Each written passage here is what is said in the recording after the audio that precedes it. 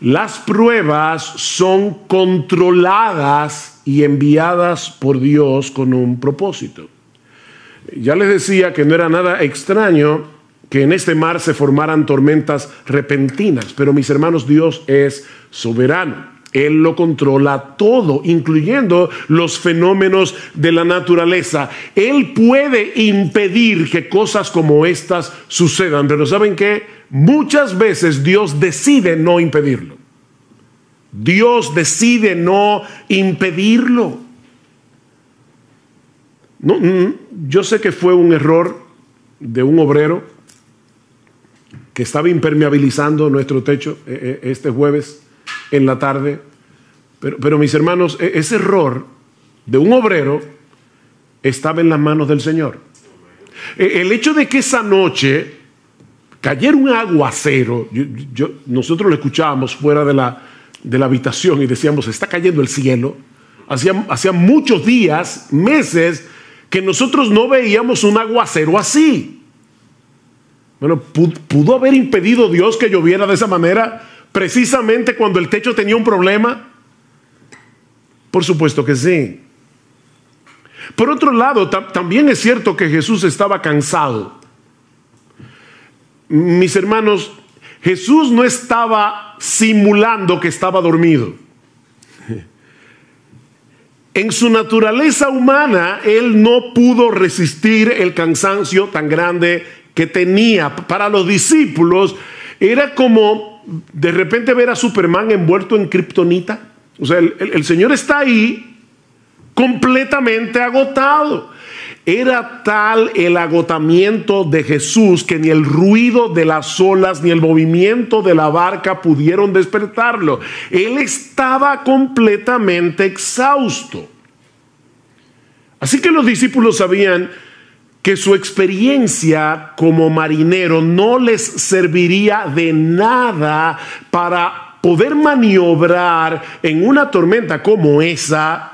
Y por lo visto tampoco contaban con Jesús. Era una situación realmente desesperada. Pero mis hermanos, la Biblia nos enseña una y otra vez que las pruebas nacen en el trono de Dios. Las pruebas nacen en el trono de Dios. ¿Ustedes recuerdan cuando Noemí regresó a Belén desde los campos de Moab sin marido, sin hijos? ¿Cuál fue su explicación teológica a sus vecinos en Belén? El Todopoderoso me afligió. El Todopoderoso me afligió. Mis hermanos, las pruebas nacen en el trono de Dios. Jehová dio, Jehová quitó. Sea el nombre de Jehová bendito. Job no dijo, el diablo me quitó lo que Dios me dio. No, fue Dios que me lo dio y fue Dios que me lo quitó. No somos víctimas de un destino ciego. Estamos en las manos de un Dios lleno de sabiduría, de un Dios lleno de poder que controla todas las cosas para su gloria y para el bien de su pueblo. Mis hermanos, déjenme hacerles una pregunta. ¿Quién fue que tomó la decisión de embarcarse esa noche para cruzar el lago? Fue Jesús. Él era el único responsable de que ellos estuvieran en esa situación. Y la tormenta que se desató esa noche repentinamente no era otra cosa que la voz de Dios levantando el viento, levantando las olas. Dice en el Salmo 107, Él habló y levantó un viento tempestuoso que encrespó las olas del mar. No fue la madre naturaleza la que provocó esa tempestad, fue el decreto soberano de Dios. Él metió a los discípulos en medio de ese mega huracán porque quería enseñarles algo acerca del poder y la autoridad del Señor Jesucristo. Así que mi hermano, si tú estás ahora en medio de una prueba, sea grande, sea pequeña, tal vez no es un mega huracán, pero sea grande o sea pequeña, tú tienes que entender que fue Dios el que te metió en esa prueba. no fue el destino, no fue un virus invisible, no fue la gente que te rodea, decía el filósofo francés Jean-Paul Sartre, el infierno son los demás. No fueron las personas que te rodean las que te metieron allí. Dios te puso allí en medio de ese huracán con un propósito bueno y sabio, aunque ahora no podamos entenderlo. Pero este pasaje también nos enseña que las pruebas llegan sin aviso.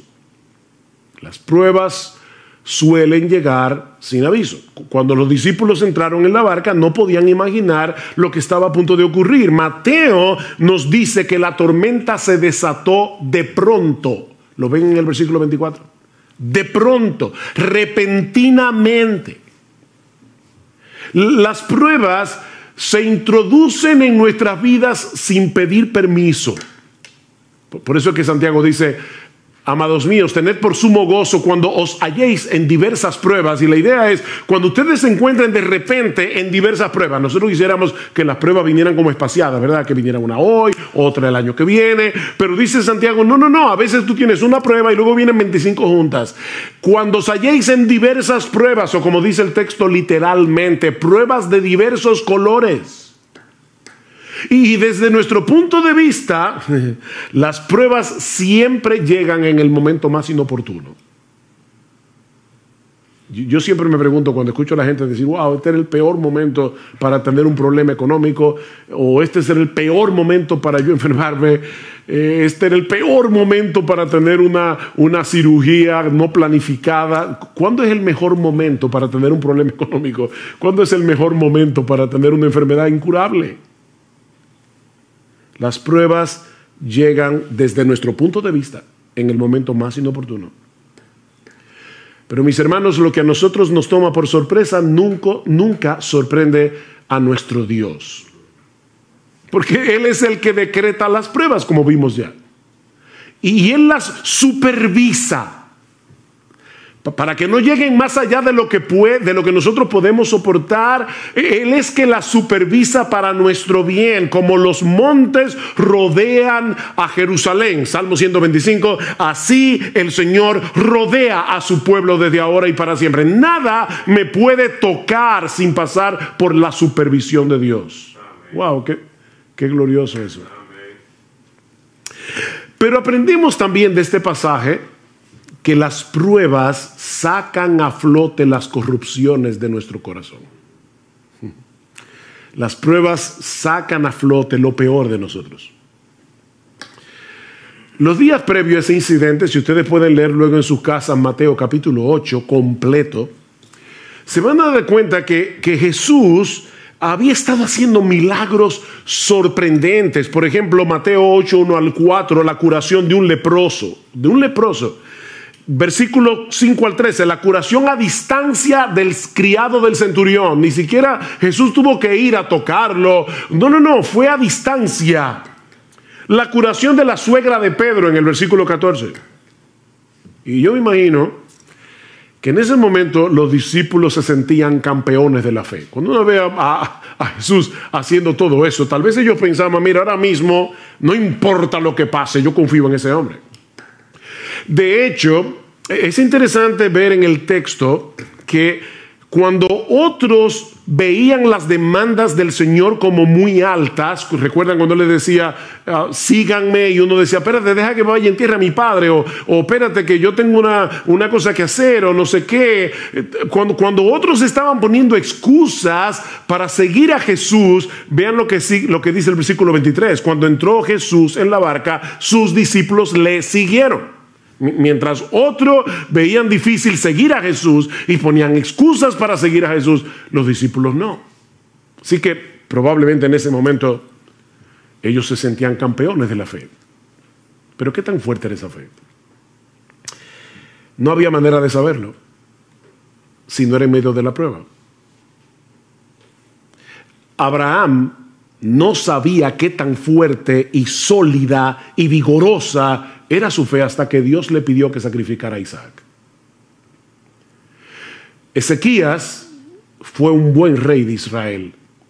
Enfermó le oró a Dios que lo sanara, Dios lo sanó, y probablemente en ese momento se sentía fuerte en su fe. Llegaron unos embajadores de Babilonia y el orgullo de Ezequías salió a flote inmediatamente. Mis hermanos, es en medio de las pruebas que conocemos el estado real de nuestro corazón. Nuestra fe será probada por el fuego, dice en 1 de Pedro capítulo 1, versículo 7. Tiene que ser probada por el fuego. ¿Qué hace el fuego? El fuego licúa el oro, y al licuarse, como es un metal pesado, eso hace que la basura salga a flote. Y entonces el orfebre comienza a purificar el oro. Pero tiene que ser por medio del fuego. Yo estoy seguro que a nadie le gustaría ir a una joyería, comprar una prenda pensando que es de oro y después resulta que era de hojalata. El oro tiene que ser probado y se prueba con fuego. No solo para ver su genuinidad, sino también para librarlo de impurezas. El oro tiene que ser probado por fuego, y nuestra fe también. Nuestra fe también tiene que ser probada. Y cuando somos probados, es que podemos ver una verdadera radiografía de lo que hay en nuestro corazón. Pero aprendemos también de este relato que las pruebas son un antídoto contra nuestro sentido de autosuficiencia. Las pruebas son un antídoto contra nuestro sentido de autosuficiencia. Estos hombres eran pescadores, bueno, y eran pecadores también, pero eran pescadores experimentados, eran marineros de experiencia. Seguramente ellos habían estado en tormentas anteriormente en el mar de Galilea, porque eso era muy común. Pero ahora Dios los había colocado en una situación tan extrema que ellos sabían que toda su experiencia no les serviría de nada. De nada. Mis hermanos, Dios usa las pruebas para llevarnos a descansar únicamente en Él, para destruir nuestro sentido de autosuficiencia. Pablo dice en 2 Corintios capítulo 1, versículos 8 al 9, que Dios los puso en una situación tal cuando ellos estaban en Asia Menor, que Pablo dice: nosotros tuvimos temor de morir, pensamos que no íbamos a conservar la vida, y Dios hizo eso, escuchen lo que dice Pablo, a fin de que no confiáramos en nosotros mismos. Pablo, el gran apóstol Pablo, está diciendo, en otras palabras, yo tengo la tendencia, igual que todos los demás, a confiar en mí mismo. Y Dios envió esta prueba para que no confiáramos en nosotros mismos. Todos nosotros tenemos una fuerte tendencia a confiar en nuestras propias capacidades. Y ¿saben qué? Nunca somos más débiles, ni estamos en una condición más vulnerable que cuando somos atrapados por el sentido engañoso, que es una ilusión, de que nosotros podemos hacer las cosas en nuestras propias fuerzas. Eso es una ilusión. Pero cuando estamos en medio de las pruebas, percibimos más claramente lo frágiles que somos, y eso nos mueve a buscar nuestro refugio únicamente en Dios. Por eso es que Pablo dice en esa misma carta al final, 2 Corintios 12, por tanto, de buena gana me gloriaré en mis debilidades, para que repose sobre mí, para que tabernaculice sobre mí, para que el poder de Cristo haga una tienda de campaña sobre mí, es lo que está diciendo Pablo, por lo cual, por amor a Cristo, me gozo en las debilidades, en afrentas, en necesidades, en persecuciones, en angustia, porque cuando soy débil, entonces soy fuerte. Cuando soy débil. Nunca estamos en una mejor condición espiritual que cuando percibimos que se acaban nuestras fuerzas, que ya no tenemos otra opción que ampararnos en el poder de la gracia de Dios. Pero lo más importante que nosotros aprendemos de este pasaje acerca de la naturaleza de las pruebas Es que las pruebas nos brindan una excelente oportunidad para crecer en nuestro conocimiento de Dios y de sus caminos. Las pruebas son una escuela. Una escuela. Versículo 27. Y los hombres se maravillaron diciendo, ¿quién es este? Fíjense, ellos habían visto a Jesús hacer milagros. Pero ahora se están preguntando, ¿quién es este? Este hombre no encaja dentro de nuestras categorías humanamente hechas. Cristo no encaja. ¿Quién es este? Que aún los vientos y el mar le obedecen. Esto no era una mera teoría para ellos. O sea, no fue que ellos vieron cómo Jesús se levantó de la barca. Y yo les decía al principio, yo no voy a estudiar y considerar cada uno de los detalles de la historia, pero ustedes recuerdan, ¿verdad? Jesús está dormido, los discípulos lo despiertan, Cristo mira el mar, mira el viento y le dice, cállate. Y la reacción de los discípulos no fue, wow, qué interesante. O sea, fíjate, él solamente, dijo la palabra y el mar se calmó. No porque ellos ya conocían eso en teoría. Ellos sabían que Jesús era poderoso, porque lo habían visto sanar. Recuerden, milagrosamente a leprosos, al criado del centurión. Ellos sabían que Jesús tenía poder. Pero ahora estaban tomando un examen práctico. Mis hermanos, las pruebas convierten el conocimiento teórico que nosotros tenemos de Dios en verdadero conocimiento. Job tuvo que pasar por todo lo que pasó para poder decir al final de su libro, de oídas te había oído. Un hombre que conocía al Señor, que adoraba a Dios día tras día, que oraba por sus hijos, un hombre piadoso. Y sin embargo está diciendo, Señor, yo no hubiera podido conocerte de no haber pasado por esta experiencia. De oídas te había oído, pero ahora mis ojos te ven. Déjame hacerte una pregunta. ¿Cuál es la mejor manera de aprender a jugar un deporte? Leyendo un manual sobre las reglas de juego, los movimientos. Mira, nosotros podemos tener un manual escrito por Leo Messi acerca de cómo jugar el fútbol y aprender el manual de memoria, pero la única forma de aprender a jugar fútbol es jugando fútbol. Esto no es teórico, hermanos. Esto no es teórico. Y lo mismo ocurre con la teología. Dios quiere que nosotros le conozcamos íntima y personalmente. Dios quiere que nosotros confiemos en Él, no teóricamente, sino en la práctica.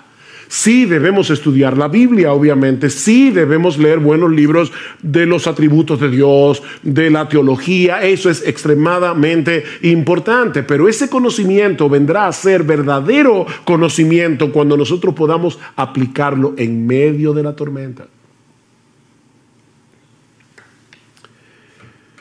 Así que son muchas las cosas que Dios nos enseña en medio de las pruebas. ¿Ven?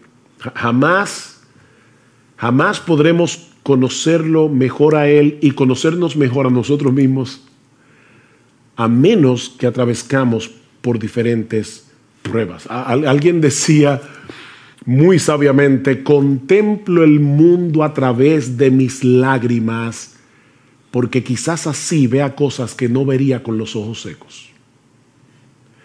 Contemplo el mundo a través de mis lágrimas, porque quizás así voy a ver cosas que yo no vería con los ojos secos. Hay cosas que no se ven con los ojos secos, se ven llorando. Pero este pasaje, tan sencillo, ¿verdad? Son solo como 4 versículos. También nos enseña algunas cosas acerca del ejercicio de la fe en medio de las pruebas. ¿Sí? Ya vimos lo que el pasaje nos enseña acerca de la naturaleza de las pruebas. Pero veamos ahora lo que nos enseña este pasaje acerca del ejercicio de la fe en medio de las pruebas. Esa noche, los discípulos se dejaron controlar por el miedo, se dejaron controlar por la angustia, a tal punto que no solo pusieron en dudas el poder de Jesús, sino también su amor y su cuidado. Vean otra vez el versículo 25, y llevándose a él le despertaron diciendo: Señor, sálvanos, que perecemos. El Evangelio de Marcos dice: Maestro, ¿no tienes cuidado que perecemos? Y no es que hay un error entre Marcos y Mateo, es que los discípulos comenzaron todos a hablar a la vez, y unos dijeron una cosa, otros dijeron otra.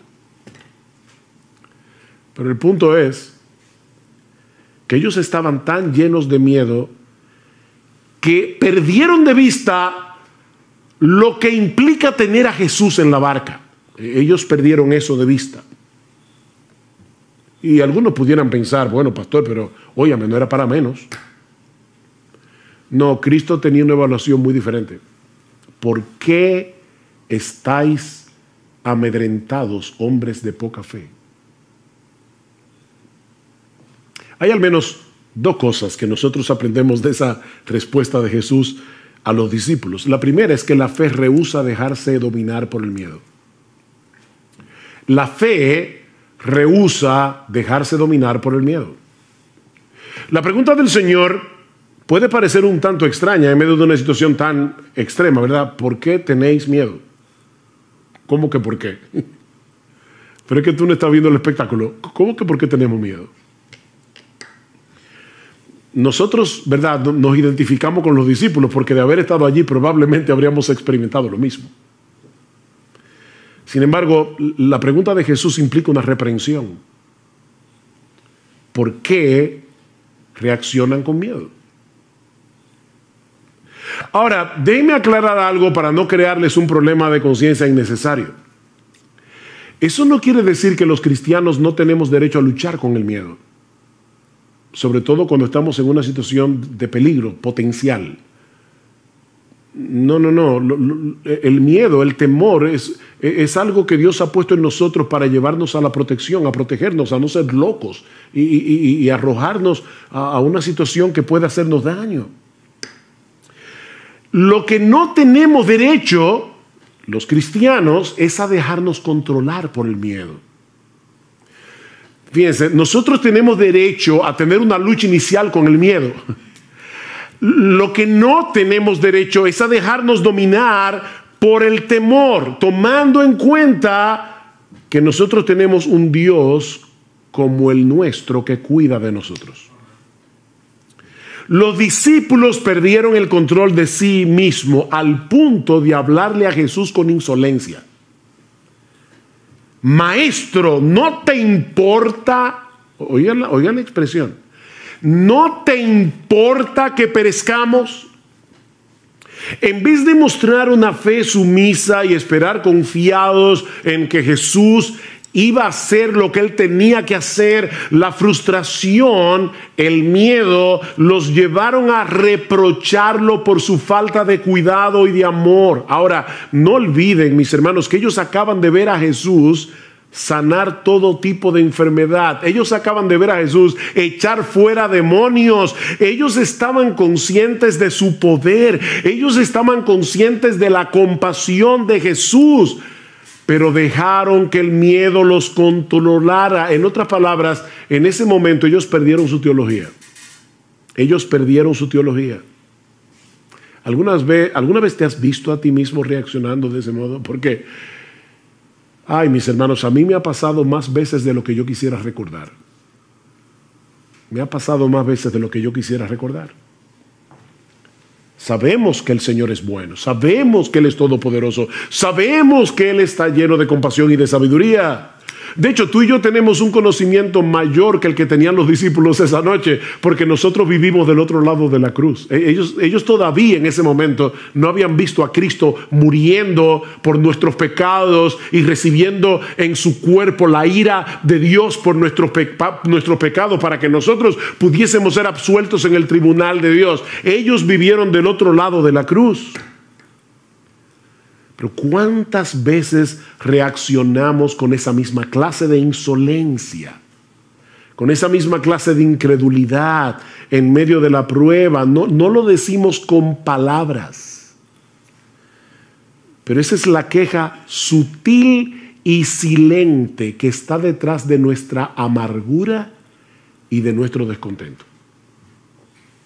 Señor, Una cosa es lo que la Biblia dice acerca de tu cuidado, acerca de tu protección hacia los tuyos, pero otra cosa muy diferente es lo que yo estoy viviendo en este momento. Puede que esto se aplique a algunos de tus hijos favoritos en la iglesia, pero honestamente yo no me siento cuidado por ti. De hecho, Señor, si yo puedo serte todavía más honesto, yo siento en este momento que a ti no te importa. Suena duro, ¿verdad? Eso fue lo que los discípulos le dijeron a Jesús. A ti no te importa. Por eso se llenaron de miedo. Imagínense lo terrible que es estar en un universo como el nuestro, en un mundo caído, lleno de problemas, y encima de eso saber que en los cielos hay un Dios a quien tú no le importas. Que a Dios no le importa. A ti no te importa, Jesús. Eso fue lo que los discípulos le dijeron. Por eso alguien decía que esta es la historia de dos tormentas. Una en el mar y otra en el corazón. Esta es la historia de dos tormentas. Mis hermanos, ¿qué debemos hacer cuando percibimos esa agitación inicial de nuestras almas? Cuando percibimos que hay un peligro o una aflicción, porque decimos la fe rehúsa dejarse dominar por el miedo. Sí, pastor, eso suena muy bonito, pero ¿cómo yo hago eso? Bueno, eso me lleva a la segunda enseñanza, a la segunda lección que nosotros podemos aprender de este relato sobre el ejercicio de la fe en medio de las pruebas, y es el hecho de que hay algo que nosotros tenemos que hacer con la fe. O si quieren ponerlo de otro modo, nosotros aprendemos de este relato no solo que la fe rehúsa dejarse dominar por el miedo, sino que la fe es una actividad. La fe es una actividad. Lo que yo quiero decir con esto es que la fe no se dispara automáticamente en medio de las pruebas. Se trata de algo que nosotros tenemos que poner en acción. Tú y yo somos responsables de tomar el escudo de la fe. Lucas, en el relato paralelo, nos dice que luego que el Señor calma el mar en tempestad, Él le pregunta a los discípulos, ¿dónde está vuestra fe? ¿Ven la pregunta? Eso es como el individuo que se compra un revólver para defenderse de los ladrones, lo esconde muy bien, y entonces cuando de repente lo asaltan y él le cuenta el relato a un amigo y le dice, wow, me asaltaron, y el revólver dice, no, los ladrones no lo encontraron. Pero no hizo nada. O sea, él tenía el revólver ahí, pero no hizo absolutamente nada. Lo que Jesús le está diciendo es, ¿dónde está? ¿Qué hicieron ustedes con la fe? ¿Dónde está vuestra fe? ¿Qué hicieron ustedes en ese momento con la fe que tienen en mí? Porque mis hermanos, ellos tenían fe en Jesús, por eso lo despertaron. Pero no hicieron nada con esa fe, aparte de despertar a Jesús insolentemente. Mis hermanos, hay algo que debemos hacer con nuestra fe para impedir que la angustia nos arrope. ¿Qué dice el salmista en el Salmo 56? En el día que temo, fíjense, no es yo nunca tengo miedo, no. En el día que temo yo en ti confío, en el día que temo yo tomo la decisión de confiar en ti. Yo tomo la decisión de pensar correctamente. Por eso decimos que la fe es una actividad, porque es la actividad de mantener a raya nuestra incredulidad con la palabra de Dios. Nosotros tenemos que mantener a raya la serpiente de la duda, la serpiente de la incredulidad con la palabra de Dios. El problema de los discípulos en la barca es que ellos no se hicieron cargo de la situación, sino que dejaron que la situación se hiciera cargo de ellos. Que la situación los controlara. Miren, mis hermanos, cada vez que nosotros estamos en medio de una prueba, la voz de la duda comienza a hablar inmediatamente. Y lo que pasó esa noche es que ellos dejaron que la voz de la duda controlara la conversación, en vez de escuchar la voz de Dios a través de su palabra. ¿Por qué te abates, oh alma mía? Fíjense, ¿qué está haciendo el salmista aquí? Él está acallando la voz de la duda. ¿Por qué te abates, oh alma mía? ¿Por qué te turbas dentro de mí? Espera en Dios, porque aún he de alabarle, salvación mía y Dios mío. Háblale a tu alma, no dejes que la voz de la duda hable sin control. A final de cuentas, sí, el pánico de los discípulos no era justificado. No era justificado a pesar de la tormenta, porque el Rey de Gloria, el Creador de los cielos y de la tierra, estaba con ellos en la barca. Y en ningún momento dejó de estar en control en su naturaleza divina, ni siquiera cuando su naturaleza humana estaba dormida. ¿Ven? Verdadero Dios, verdadero hombre. Él estaba dormido, eso era verdad. Pero su divinidad seguía despierta. El gran problema de los discípulos no era la tormenta, era la falta de fe. ¿Por qué estáis amedrentados, hombres de poca fe? Hombres de poca fe.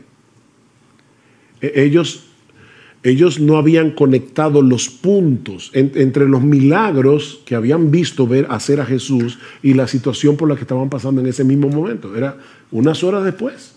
No conectaron los puntos. Mis hermanos, no son las circunstancias de la vida que nos llenan de temor. Lo que nos llena de temor es la falta de fe.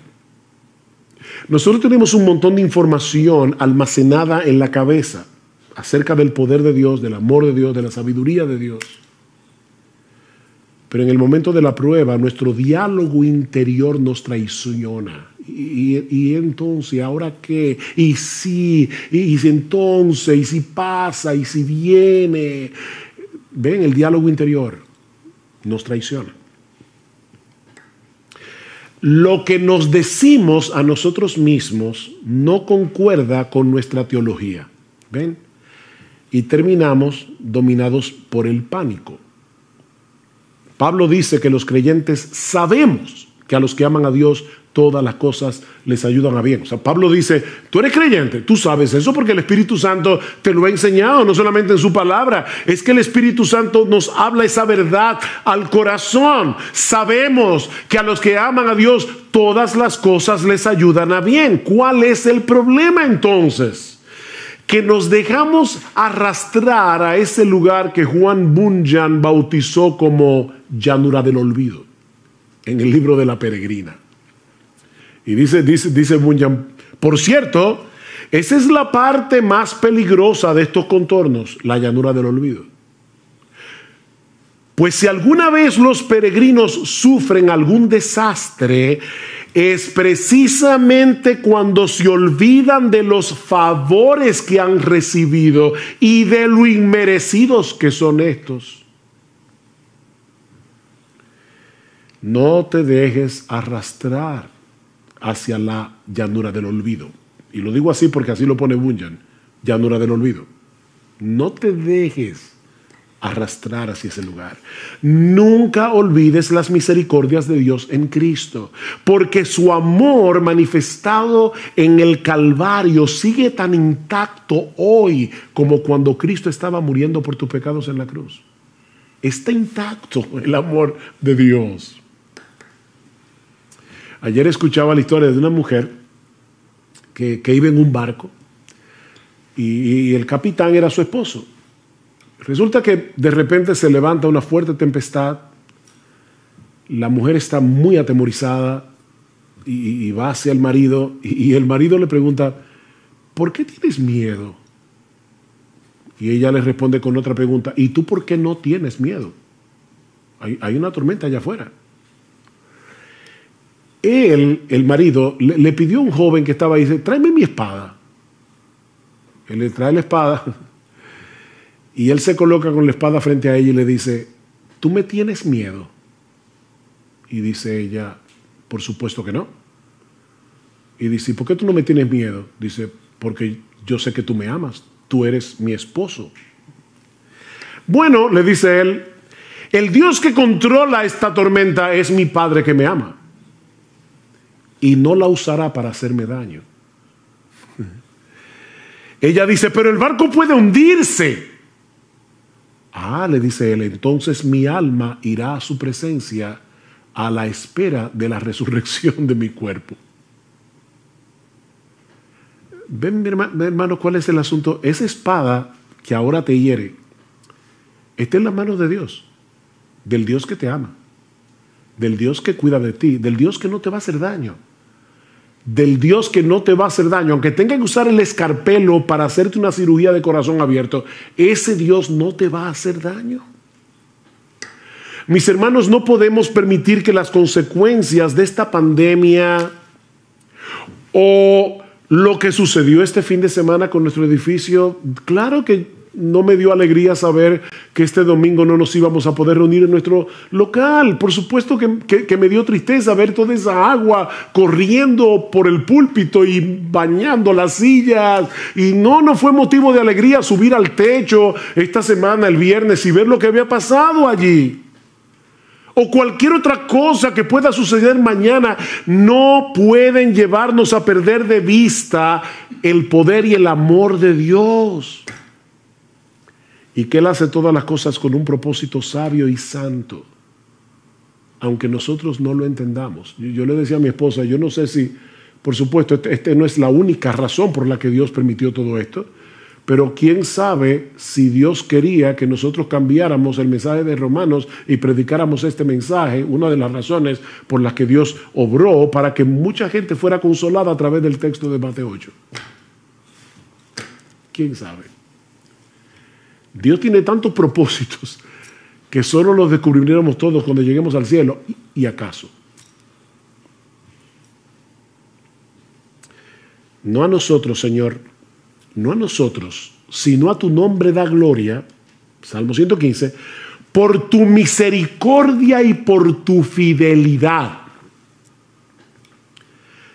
Solo tu nombre merece gloria porque solo tú estás lleno de misericordia y solo tú eres completamente fiel. Y ahora escuchen la pregunta: ¿por qué han de decir las naciones, ¿dónde está ahora tu Dios? Y yo te digo, ¿por qué le vas a permitir a tu alma, por qué le vas a permitir a tu corazón decir dónde está ahora tu Dios? Respuesta: nuestro Dios está en los cielos, Él hace lo que le place.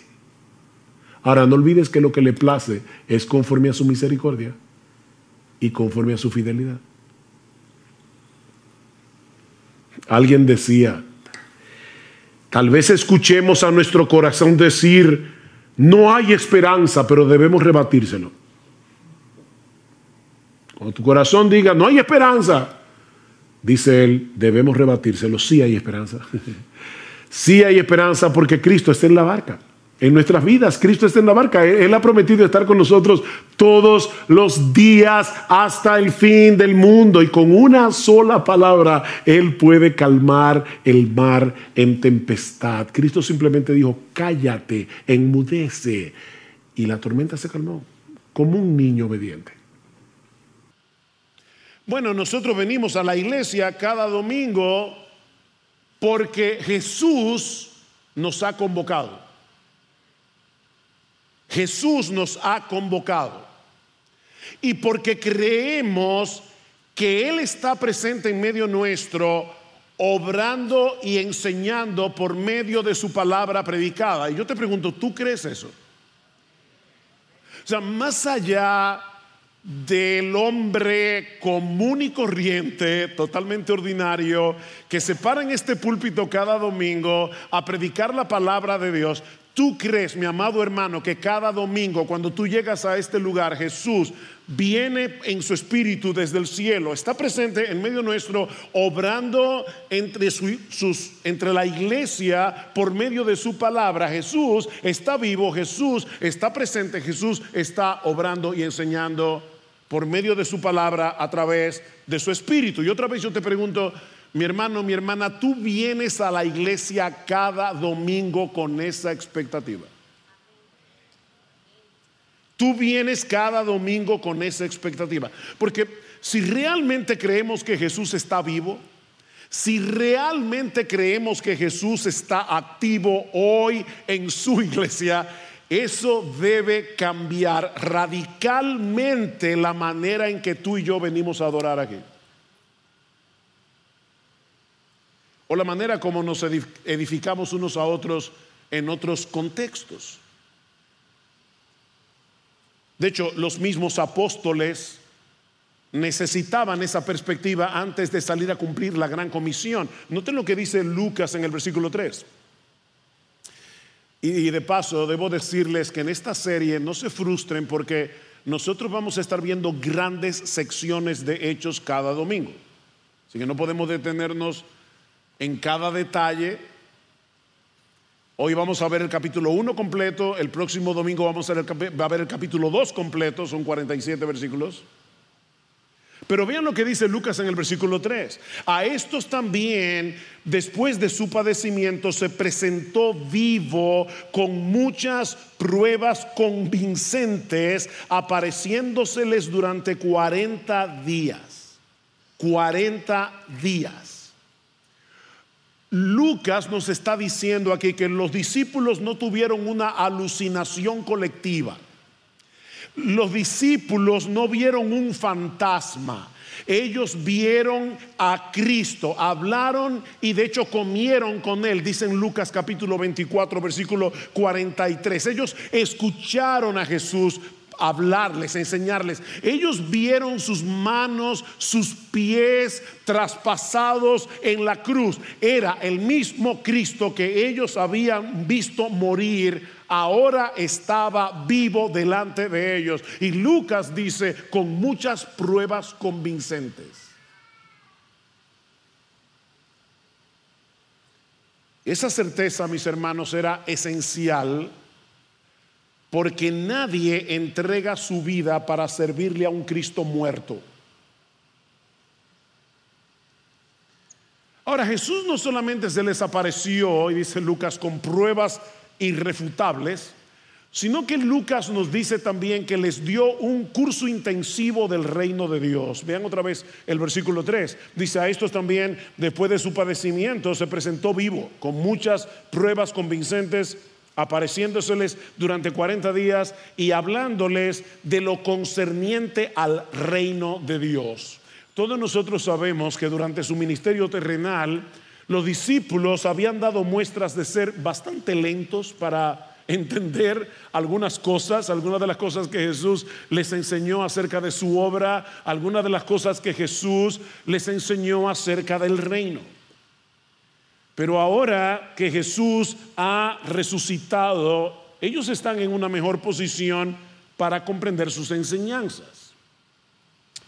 Y aunque no tenemos un relato detallado de lo que Jesús les enseñó durante esos 40 días, nos habría encantado saber qué fue lo que Jesús les enseñó acerca del reino de Dios. Bueno, en Lucas capítulo 24 nosotros tenemos una idea bastante clara del contenido del curso. Y básicamente Jesús les mostró en esos 40 días cómo se cumplieron en él todas las promesas mesiánicas que fueron profetizadas en el Antiguo Testamento. Vayan conmigo a Lucas capítulo 24. Lucas capítulo 24, y vamos a leer los versículos 44 al 49. Y de paso, hermanos, esto es clave para que nosotros podamos entender el Antiguo Testamento. Jesús es el centro de las Escrituras. Jesús es el centro del Antiguo Testamento. Jesús engloba todas las esperanzas mesiánicas, todas las esperanzas de salvación que Dios reveló desde Génesis capítulo 3 versículo 15. Dice Lucas 24, 44, y les dijo, esto es lo que yo os decía cuando todavía estaba con vosotros, que era necesario que se cumpliera todo lo que sobre mí está escrito en la ley de Moisés, en los profetas y en los salmos. Entonces les abrió la mente para que comprendieran las escrituras. En otras palabras, Cristo es la llave que abre el entendimiento para que nosotros podamos entender correctamente el Antiguo Testamento. Versículo 46. Y les dijo: así está escrito, que el Cristo padeciera y resucitara de entre los muertos al tercer día. Y ahora escuchen: y que en su nombre se predicara el arrepentimiento para el perdón de los pecados a todas las naciones, comenzando desde Jerusalén. Vosotros sois testigos de estas cosas. Y he aquí, yo enviaré sobre vosotros la promesa de mi Padre, el Espíritu Santo, pero vosotros permaneced en la ciudad hasta que seáis investidos de poder de lo alto. Ellos necesitaban entender dos cosas esenciales antes de salir a cumplir la gran comisión. La primera es que todas las promesas mesiánicas del Antiguo Testamento se cumplen en Jesús. La segunda es que la predicación del evangelio a todas las naciones siempre fue el plan original de Dios. Notaron que Cristo dice: era necesario que el Cristo padeciera, era necesario que se predicara el evangelio a todas las naciones. Mis hermanos, cuando Dios llamó a Abraham para formar el pueblo de Israel, ¿cuál fue la promesa? En ti serán benditas todas las familias de la tierra. El plan de Dios desde el principio fue alcanzar al mundo entero, no solamente a la nación de Israel. Y como veremos en un momento, eso era fundamental, porque todavía después de Jesús haber resucitado, los discípulos tenían una visión muy localista del reino de Dios. Así que antes de salir a predicar, ellos necesitaban instrucción, y Jesús se las dio durante 40 días. Pero también necesitaban esperar. Lo que nos lleva a nuestro segundo encabezado: la espera necesaria para cumplir la misión. Ya vimos la continuación de la misión. Jesús sigue haciendo desde el cielo lo mismo que comenzó a hacer y enseñar cuando estaba en la tierra. La continuación de la misión. Veamos ahora la espera necesaria para la misión. Hechos capítulo 1, versículos 4 al 5. Y reuniéndoles les mandó que no salieran de Jerusalén, sino que esperaran la promesa del Padre, la cual les dijo: oísteis de mí. Pues Juan bautizó con agua, pero vosotros seréis bautizados con el Espíritu Santo dentro de pocos días. Mis hermanos, yo necesito que ustedes vengan a la iglesia cada domingo a partir de ahora con su imaginación encendida, con su capacidad imaginativa encendida. Vamos a ponernos por un momento en el lugar de los apóstoles. Ellos han visto a Cristo levantarse de los muertos. Ellos saben que han sido comisionados a predicar el mensaje más trascendental de la historia, un mensaje de vida o de muerte. Ahora, imaginen la emoción, imaginen el entusiasmo.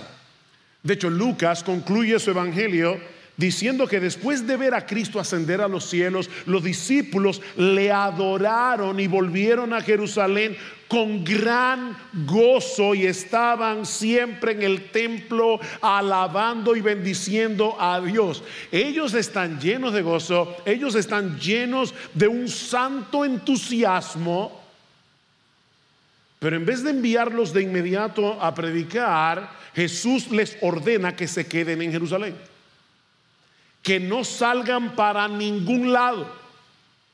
No les dice que diseñen una estrategia evangelística, no les dice que comiencen ningún movimiento, les dice que esperen. ¿Por qué?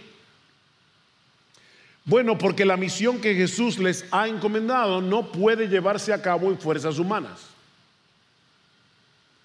La tentación de los discípulos pudo haber sido lanzarse de inmediato a la tarea. Después de todo, ellos tenían un mensaje urgente, un mensaje poderoso que compartir, pero Jesús, y hermanos,